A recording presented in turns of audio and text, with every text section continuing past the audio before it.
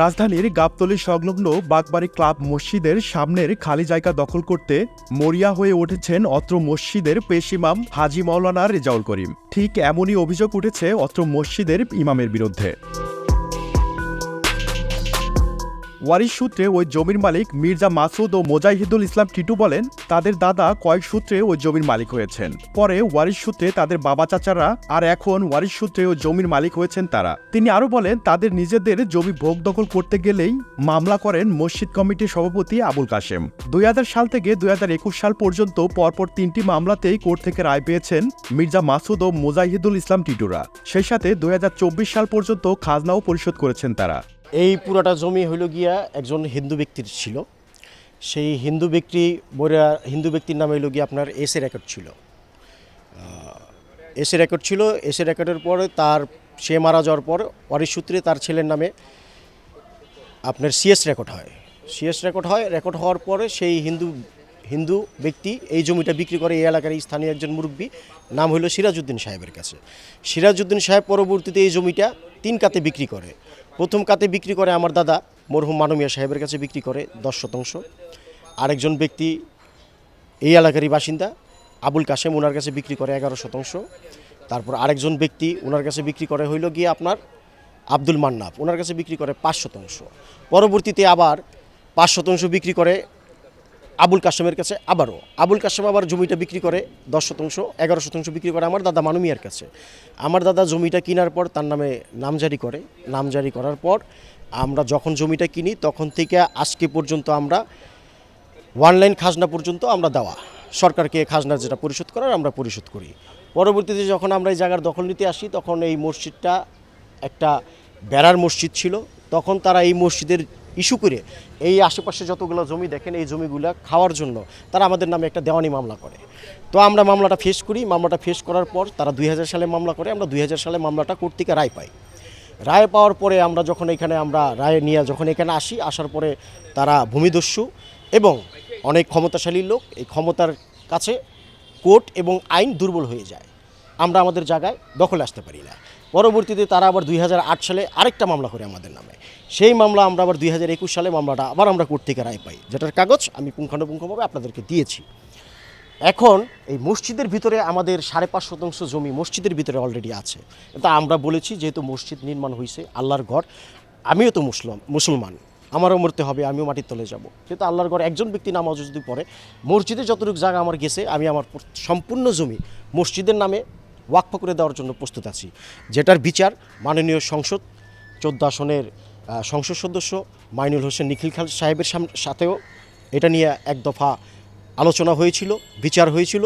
তার সামনে আমি বলেছি আমার জমিটা আমি মসজিদে যেটা আছে মসজিদকে আমি ওয়াকফা করে দিয়ে দিব। পরবর্তীতে আমার কথার উপরে সন্তুষ্ট হয়ে মাননীয় এমপি মহোদয় সে এই মসজিদকে কেন্দ্র করে যারা ধর্মীয় ব্যবসায়ী, যারা আশেপাশের জায়গা জমি দখল করে তাদের কাজই হলো এগুলা, তারা খায়, তখন এমপি সাহেব তাদেরকে নির্দেশ দিল যে মসজিদ যেহেতু হয়ে গেছে আর তারা মসজিদে যতটুকু জমি আছে তারা দেওয়ার জন্য প্রস্তুত, তো মসজিদের জমিটা তাদের কাছে ওয়াকফা করে নেন, বাকি জমির যেটা আছে এটা ছেড়ে দেন। তারা এমপি সাহেবকে আশ্বস্ত করে যে ঠিক আছে আপনি যেভাবে বলছেন আমরা সেভাবে করব। সেটা না করে তারা গা ডাকা দিয়ে আমার নামে বিভিন্নভাবে হয়রানিমূলক পত্রিকাতে আমার নামে প্রেস করে, রিলিজ করে, বিভিন্ন ব্যক্তিবর্গ অপরিচিত বিভিন্ন নাম্বার থেকে আমাকে ফোন দেয়, আমাকে হুমকি ধমকি দেয়, আমাকে জানে মেরে ফেলার হুমকি ধমকি দেয়। তো আমি নিম্ন শ্রেণীর একটা মানুষ, মধ্যবিত্ত ফ্যামিলির একটা ছেলে, আমার বাবা কিছুদিন আগে মারা গেছে, আমার চাচাও মারা গেছে, এই জমিটার পিছনে থাকতে থাকতে লাস্টে আমি বাধ্য হয়ে অতিষ্ঠ হয়ে আমি আমার জমিটা বিক্রি করে দিই ইয়াসিন সাহেবের কাছে। তো আজকে আমি দেখি যে ঢাকার বার্তা নামের একটা পত্রিকা রিলিজ হয়েছে, আমি নাকি মসজিদের জমি দখল করছি। তো আমি আমার স্পটে আমি আছি। আমার এই সামনের জমি দেখেন, আমার এই দোকানপাটগুলো তারা ভেঙে ফেলছে, যেগুলোতে আমি দীর্ঘদিন যাবৎ আছি, রানিং ভাড়া নিচ্ছি এবং তাদের ভাড়ার বাবদ রিসিট দিচ্ছি। আমার এই দোকানে আমার নামে বিদ্যুৎ আছে, এখানে আমার নামে পানির লাইন আছে, এখানে আমার একটা নিজস্ব গেট আছে, এই গেটটাও তারা ভেঙে ফেলছে। এই গেটটাও তারা ভাঙার পরে তারা আমাকে এখন ভয়ভীতি দেখায় যে কোনো সময় আমাকে মেরে ফেলতে পারে। মির্জা মাসুদ আরও বলেন, তারা জমিটি ভোগদখল করতে না পেরে বায়নানামা করে মোহাম্মদ ইয়াসিন শেখের কাছে 10,85,00,000 টাকার জমির দাম নির্ধারণ করে 50 লাখ টাকা বায়না বাবদ বায়না দলিল করেন। মূলত এই এলাকার স্থানীয় বর্গ ব্যক্তি যারা আছে তারা সবাই এই ঘটনার সাথে অবগত আছে। তারা জানে যে একটা মসজিদ কখনো ওয়াকফা ছাড়া নির্মাণ হয় না। এই মসজিদের কোনো ওয়াকফা নাই, যার কারণে এত বড় একটা মসজিদ নির্মাণ হয়েছে, এলাকার স্থানীয় কোনো বাসিন্দা এই মসজিদে নামাজ পড়ে না। কারণ কি তারা নামাজ পড়ে না কেন? বলে যে এই মসজিদ নিয়ে বিতর্ক আছে, মসজিদের জায়গা নিয়ে বিতর্ক আছে। যে পর্যন্ত এই জায়গার বিতর্ক সমাধান না হবে ওই পর্যন্ত এই মসজিদে নামাজ হালাল হবে না। যার কারণে এই এলাকার কোনো স্থানীয় লোকজন এই মসজিদে নামাজ পড়ে না। কিন্তু এটার কলকাঠি নাড়ে আপনার হইল গিয়ে একজন ইমামের এইখানে বাড়িও নাই, ঘরও নাই, কিছু নাই। উনি এইখানে থাকে, মসজিদের কোনো বেতন পায় না। এই মসজিদ নির্মাণের আগ পর্যন্ত যত ধরনের সার্বিক সহযোগিতা, টাকা পয়সা আসতো সব কিছু এই ইমামের কাছে আসে। এই ইমামের কাছে আসে, মসজিদের কোনো রেজিস্টার খাতা নাই, কোনো হিসাবের কোনো খাতা নাই, সব কিছু ইমামের কাছে। ইমামের স্বার্থ হইল গিয়া শুধু একটাই, যে এই মসজিদের যত টাকা পয়সা আসে সব সে আত্মসাৎ করে পাশে সে 2টা মাদ্রাসা করছে। একটা মাদ্রাসায় সে 30 লক্ষ টাকা অ্যাডভান্স দিছে, আরেকটা মাদ্রাসায় সে 40 লক্ষ টাকা অ্যাডভান্স দিছে। দুইটা মাদ্রাসার মালিক হয়েছে। একজনের জায়গায় জোর করে কখনো মসজিদ করে কতটা ধর্মীয় ইবাদত সহি হয় কিনা এটার মাসলা দেওয়ার দায়িত্ব তো উনার। উনি এই জায়গার মধ্যে না থেকে উনি বলে যে এটা নাকি হিন্দু সম্পত্তি। তা আমিও তো মানি এটা হিন্দু সম্পত্তি। হিন্দু যা তার সম্পত্তি সে তা বিক্রি করছে। আর যদি হিন্দু সম্পত্তি হয় তাহলে তার ওয়ারিশ যারা আছে তারা শুনে আমার কাছে আসবে, আমার কাছে দাবি করবে যে না, আমরা এই সম্পত্তি বিক্রি করি নেই, আমরা হিন্দুদের ওয়ারিশ। তারা তো আসে না, এখানে অন্য কোনো ব্যক্তিও আসে না, আসে শুধু একমাত্র ইমাম সাহেব। ওনার কী স্বার্থ আছে আমি জানি না। এ বিষয়ে বায়নার দলিল গ্রহীতা মোহাম্মদ ইয়াসিন শেখ বলেন, তিনি 10,85,00,000 টাকায় জমির দাম নির্ধারণ করে জমি কিনতে 50 লাখ টাকা বায়না করেন জমির মালিকদের। জায়গা কিনেছি হচ্ছে 15% জায়গা কিনেছি, 15.5% জায়গা আমি তারে 50 লাখ টাকা দিয়ে আবার তো বায়না করেছি 3 মাসের ইসি, তো 1 মাস অলরেডি হয়ে গেছে।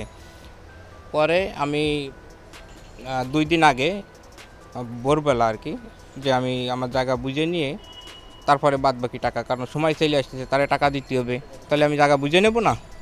তখন আমার জায়গা আমি বুঝে নিছি, বাউন্ডারি দিছি। এখন রিজাউল নামে এক ব্যক্তি, এই যে মসজিদের ইমাম, সে বলতেছে কি আমি বলে থানার সোর্স, ঠিক আছে, আমি থানার সোর্স, আমি থানার সোর্স হিসেবে এই জায়গা মসজিদের জায়গা আমি দখল করতেছি। কিন্তু আমার তো কাগজপাতি আছে, আমি যে কিনছি সে ডিট, মানে স্ট্যাম্প রয়েছে, ডিট রয়েছে, আর তারে টাকা দিয়েছি সে ডকুমেন্ট আছে। তখন আমি তো ক্যাশ টাকা দিয়ে আইসি, আমি তো থানার সোর্স হতে যাই না। আমি যে জায়গা কিনছি আমি তো টাকা দিয়ে কিনছি, আমার জায়গা, আমি তো কাগজপাতি যদি আমার হয়, কাগজপাতি ঠিক থাকলে আমার জায়গা আমি বুঝে নেব, আর কাগজপাতি যদি মসজিদ থাকে মসজিদ বুঝে নেবে। জমির সামনে থাকা দোকানের ভাড়াটিয়ারাও বলছেন, তারাও ভাড়ার টাকা মির্জা মাসুদকেই দেন, বিদ্যুৎ বিলও আসে মাসুদের নামে। মাসুদ বার কাছ থেকে লইছি। কতদিন ধরে? এই আমি 2-2.5 মাস হইব। মাসুদ ভাইয়ের কাছে 2 বছর ভাড়া ছিল। 2 বছরের পরের একদিন শুক্রবারের দিন ভাঙচুর করে বন্ধ করে দিছে দোকান, যেটা আমরা মাল সাবানা লইয়া বহুত কষ্ট করে হয়ে গেছি। কারণটা দোকান বলে মসজিদ কমিটির আমরা ভাড়া লইছি হাতেন, এই জন্য। এদিকে এলাকাবাসী বলছে, মসজিদের হুজুর কয়েক বছরে কিভাবে 2টা মাদ্রাসার মালিক হলেন তা নিয়ে শঙ্কিত তারা। মসজিদের ইমামতি করে এত টাকার মালিক হওয়া অসম্ভব বলেও জানান তারা। হুজুর সম্বন্ধে আমরা এত কিছু জানি না। হ্যাঁ, হঠাৎ করে এত 2টা মসজিদের মালিক হয়ে যায়, কি জেএমবি সদস্য না কি আছে আমরা সঠিক বলতে পারি না। এত টাকা কোথা থেকে উৎপাদন করতে আছে? 2টা মসজিদ নির্মসিমের থেকে আইসা এখন এত বড় শ্রেণীতে কীভাবে 2টা মাদ্রাসা চালাইতেছে এখন সে নিজে? এত টাকা কোথায় পেলো? সে কি জেএমবি সদস্য না অন্য কোনো থেকে টাকা আইতেছে তার? এটা আমরা জানি না। হুজুর তো এত বড়ই ছিল না, এত বড় লোক করতে হইলো কেমনি কি, এটা তো আমরা সঠিক জানি না।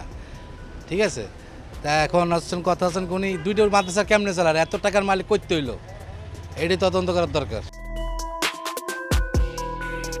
এদিকে এ সকল অভিযোগের ব্যাপারে মুঠোফোনে জানতে চাইলে মৌলানা রেজাউল করিম বলেন, তিনি শুধুমাত্র মসজিদের ইমামতি করেন আর মাদ্রাসা করেছেন নিজের জমি বিক্রির টাকা দিয়ে। এলাকাবাসীর দাবি সমঝোতা করে প্রকৃত মালিককে জমি ফিরে দেওয়া হোক। রাশিদুল ইসলাম, এই বাংলা, ঢাকা।